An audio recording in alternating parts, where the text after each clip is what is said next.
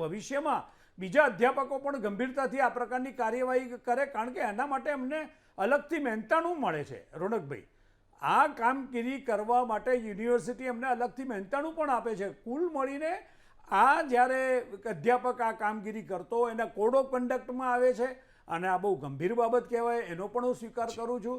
મેં કહ્યું પ્રમાણે માનનીય શિક્ષણ મંત્રીશ્રી આ બાબતમાં સુનિશ્ચિત કર્યા છે દરેકને કે આપણે એવું જોવું રહ્યું કે દરેક વસ્તુ એ અથવા દરેક કાર્યવાહી એ એક પારદર્શક રીતે થવી જોઈએ, અને મને લાગે છે કુલપતિશ્રી પણ એને ગંભીરતાથી લેશે અને આ ભરોસો રાખો આમાં ચોક્કસ એક અસરકારક કાર્યવાહી કરીશું.